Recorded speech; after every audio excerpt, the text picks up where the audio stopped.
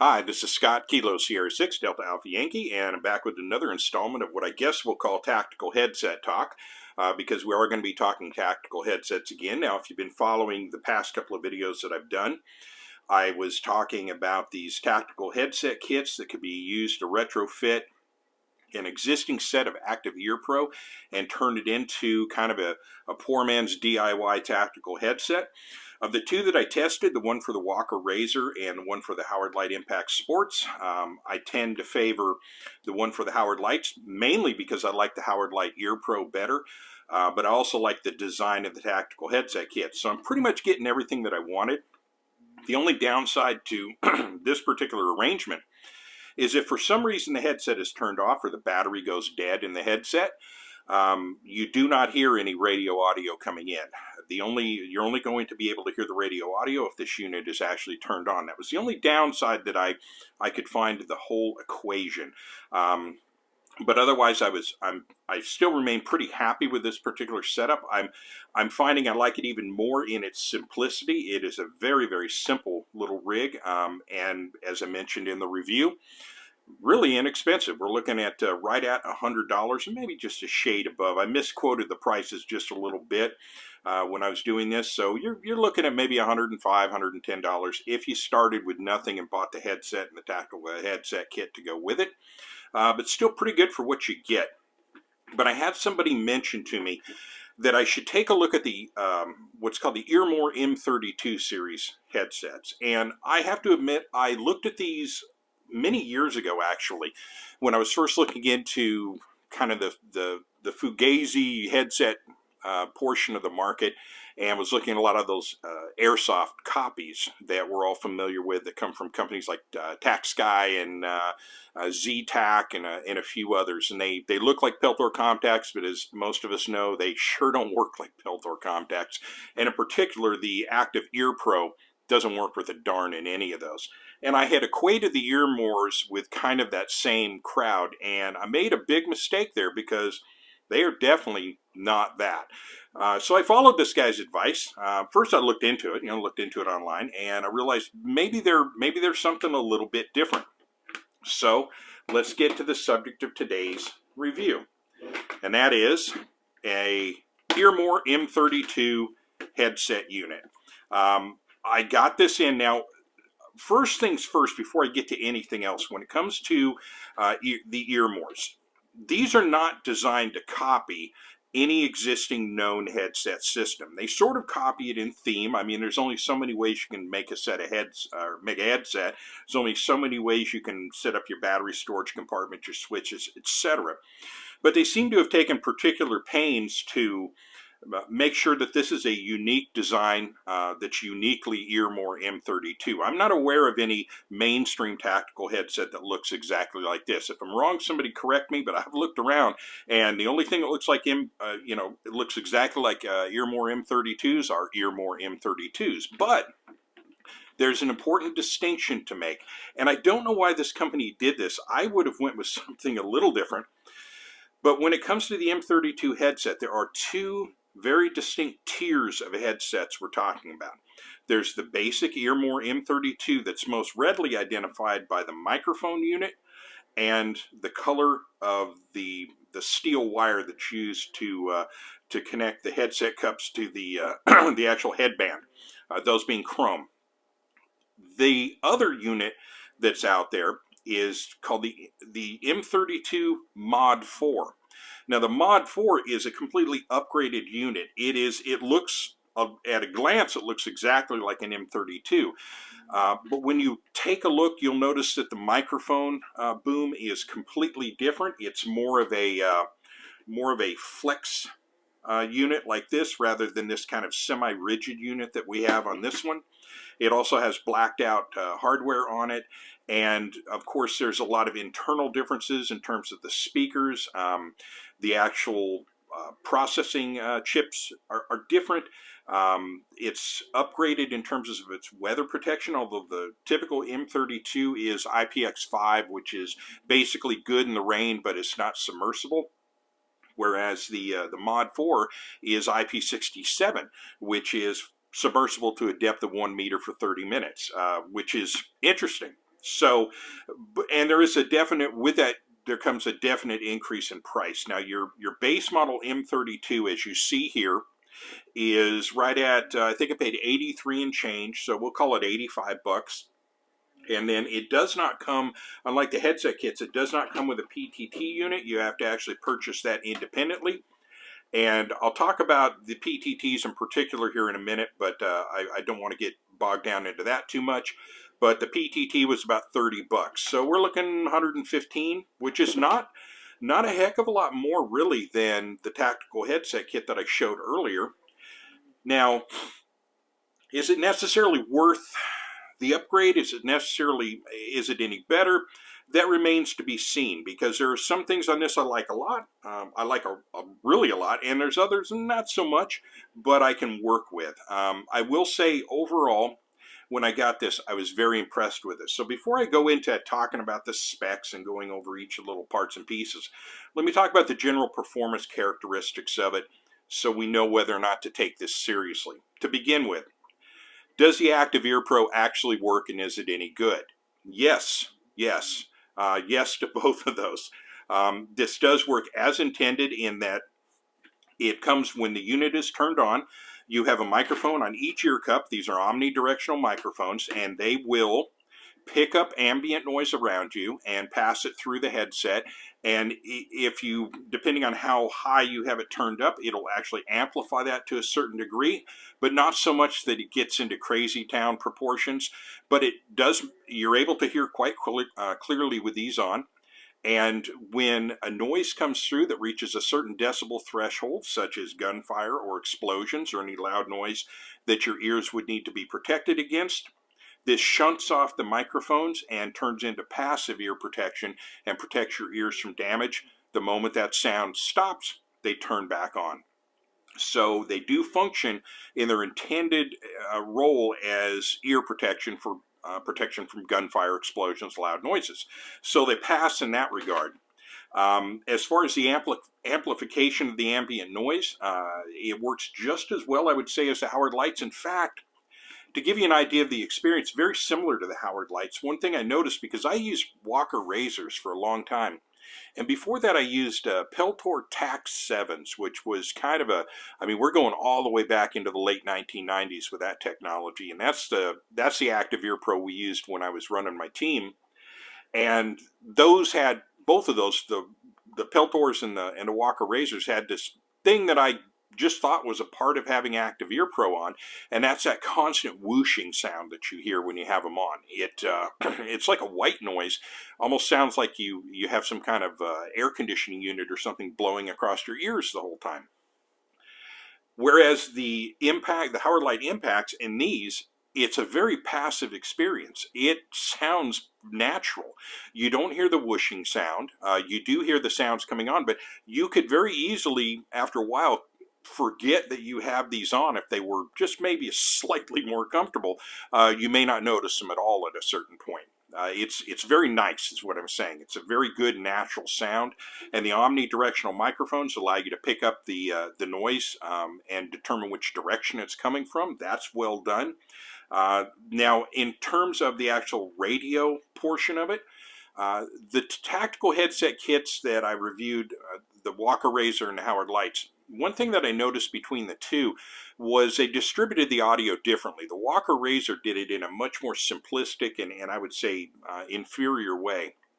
And that is when any radio traffic came in on the Walkers, it shunted off the microphone in the headset so that you only heard the radio. So it treated it just like it would treat shunting it off in terms of gunfire, which I found was distracting, and I didn't like it. Where I noticed with the Howard Lights, you would hear both at the same time. You would hear the ambient noise around you, and you would hear the radio traffic at the same time. So it sounded not unlike having a speaker mic clipped to your lapel or the center of your harness or something. Again, very natural sounding. These do the same thing. When radio traffic comes in, you hear that along with whatever's going on around you. It does not shunt off the speakers. Or shunt off the microphones rather, and it doesn't shunt off the speakers inside the ear cups. So a good natural sound. Now, one nice plus was there was a difference between the Walker Razors and the Howard Lights, in that the Walker Razors, if you had the unit turned off completely, you still heard the radio. So if the battery went dead or you didn't have the unit on, you could still use it as a headset. Whereas with the Howard Light Impact Sports, if you could only hear the radio if you had them turned on. If the unit was turned off or the battery went dead, you're not going to hear any radio traffic. Well, this is best of both worlds. Like I say, it still lets you hear radio traffic while you're hearing what's going on around you. And if you have the unit turned off or turned all the way down, you still hear the radio. So if for some reason the battery goes dead, you're still going to hear your radio nonetheless. So that's a plus right there. So very well designed. So that's kind of the experience so far. I am very happy with the results, and also the audio. Let's talk a little bit about the audio coming out of the microphone. I'm going to play you a video here in just a moment where you can hear an audio sample of how this sounds over the air through an HT, and it's the same HT I used to test the other tactical headset kits, and I can report that the outgoing audio on this is pretty darn good. So without further ado, let me get to that real quick, and then when we come back from that audio sample, we'll go through the headset and I'll show you the features. So let's go ahead and play that audio sample now. Kilo Sierra 6, Delta Alpha Yankee, transmitting on Ocean KG UV9 Papa with no devices plugged into it using the onboard speaker mic. Kilo Sierra 6, Delta Alpha Yankee, clear.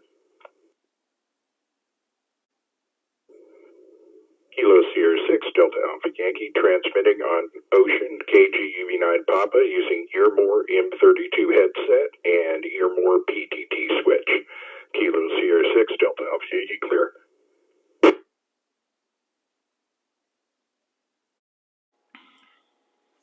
And we're back. Okay, so as you can hear, it sounds every bit as good, if not slightly better, than the actual onboard microphone from the HT. So I have no complaints about the audio whatsoever. So at this point, let's go ahead and go through and talk about the headset itself. Talk about some of the features. Now, one of the first things you're going to notice is this headband. A little bit different than what you're used to seeing. It doesn't have a traditional padded headband like you see on the Howard Lights or the Walker Razors. It instead has this Velcro thing that goes over this the actual spring portion of the headband. Surprisingly, this is quite comfortable, but I tend to wear these with a hat. But even without a hat, it's not uncomfortable at all, really. This is wraparound Velcro, and a replacement unit for this is only like $12. There are separate headband units that you can buy to add a little bit of padding, but I'm going to tell you something. It doesn't bother me at all. Like I say, I've worn this with a hat and without a hat, and I don't really have any objections whatsoever to this. It's fine. I may put a padded headband on this later. That's cool. There are also, as with a lot of these headset units, there's little pieces that you can use to actually mount these to a helmet, and there's even a separate, in the Mod 4 series, there's even a totally separate unit that's designed specifically for helmet mounting.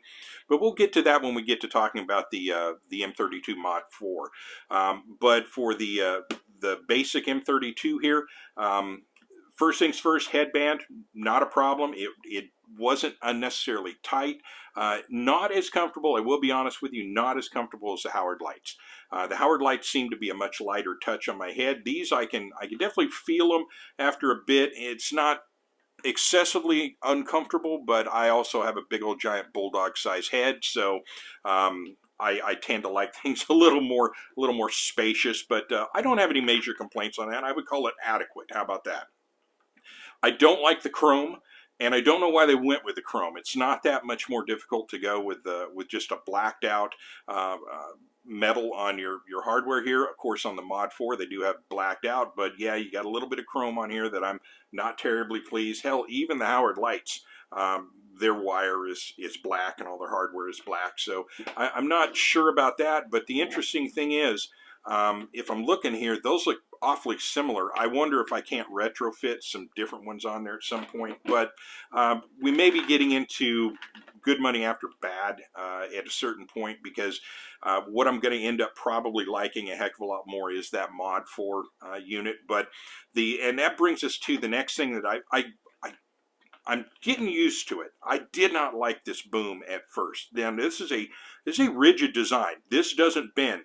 This is some kind of piping. Now the microphone does go in and out with this little nut that you turn to tension it. It pivots here, and then it does move up and down. Now initially, one thing I will say is if you have a tendency to wear your ear pro kind of towards the back of your head, this is not going to get in front of your face. You're going to have this microphone, no matter what you do, it's either going to be touching the side of your face, the side of your mouth, or your nose. You have to have this headband kind of centered on the top of your head for this microphone to work properly, and it's always going to be in your peripheral vision on your in my case, it's my left eye. It's always there. Now, I can overlook that after a certain amount of time. We do become accustomed to that. You'll notice that with shooting glasses, eyeglasses, things like that. After a while, you don't notice the frame, but at certain times, it does catch your vision. Now, since we're talking about a tactical headset system, is that a good thing or a bad thing? I think you'll get used to it, but I'm more concerned about this thing being potentially fragile. Now, it is secured on the shaft with a nut. Now it's fully tightened here. I tried to tighten it up a little bit more because to get it to resist movement somewhat, but it's fully tightened down as far as it's going to go. It will not go any further without the danger of stripping the screw. But I did find I got the adjustment just right, and I got it set up to where it indexes pretty good. And again, it's something that I think you could get used to. But here's the good news. You can replace this with the boom mic from a Mod 4 unit. Now, I haven't been able to find any of those for sale, but I understand they can be purchased, but they're not currently in the EARMOR catalog. But if they do pop up, I'm probably going to buy that. But you could also purchase a replacement unit for this, and I think it's only $18 for the entire replacement unit. And it comes with everything. It comes with this piece from here to here, and then all of the microphone. Now, the microphone is also removable and replaceable, so you can actually set this up to work on the opposite side for left-handed users. Now that is something you cannot do with the tactical headset kit, but ideally, because you're going to be cheeking up or might be cheeking up a long gun, if you're a left-handed shooter, you're going to want this boom mic on this side, and that can easily be carried out with this unit. It just unplugs here, and you just swap these over one for the other, and you are good to go. You're on the other side, so that's a nice touch right there. And until you do that, you've got a nice plug actually blocking off that port where that would plug in. Now the ear cups themselves, everything is as specified. I don't see any. I will say this. There's a certain quality aspect to this that I wasn't expecting. Everything has got a really nice build quality, all the way down to these little pads on the inside are nice and cushy. They're going to soak up a bit of that perspiration that's going to build up on your ears. Now there are gel cups that you can get for these, but these are adequately comfortable themselves. A lot of people, and I read a decent amount of reviews on these, and a lot of people reported that they didn't really see a difference from one to the other between the gel cups and these, but gel cups are available for them if you do want that. Now, getting to the actual batteries and controls, etc., let's talk about the batteries first. There's a battery on each side, and it doesn't unthread. This is basically just let me do the one on this side real quick. It's not, yeah, it's just a little sort of a half thread sort of thing. It's not a full turn, and there is, the caps are retained by these little, I guess it's silicone. This doesn't fill me with a ton of confidence. Now on the Mod 4, this is handled completely differently. I believe it's got like a cord or something that actually holds this on. This looks like if you pulled on this too hard, it's going to pop right off. But you do have to consider what's the intent here. And the intent is, if you don't have this cap fully seated and for some reason it falls off, you don't lose the cap. In terms of retaining that, if it's just hanging there off of this and nothing's going to snag it or grab it, chances are it's going to still be there when you're looking for it later. But it is a little area of upgrade that I might undertake myself and see if I can't come up with something a little more robust for securing that. But it does use 2 AAA batteries, and I believe the battery life on this, don't hold me to this, but I'm pretty sure it's 300 hours. And this does have an automatic shut-off that if you leave these on for more than, I believe it's 5 hours, they'll automatically shut down and won't activate again until you handle them and hit any of the buttons later to reactivate them. So that's a pretty good safety measure in the event that you forget to turn them off when you get back in the range. Now, that's something that, believe it or not, happens a lot. It happens a lot with me, and I do like that nice little positive detent that I can feel there to make sure this is off. Now, this turns on and off completely differently. On the bottom here, you see a little notation, hold the power button for 3 seconds to power on off. Well, actually it's only 1 second, because if you hold this for about 1 second, it turns on, and that's the center button here. Now, how you adjust the volume is with this button or this button here, and oddly enough, it's a little counterintuitive. When I first used this, I didn't even look at the instructions. I just put them on and started fiddling with them. And my first, without looking at anything, I knew that this was up, down on the volume.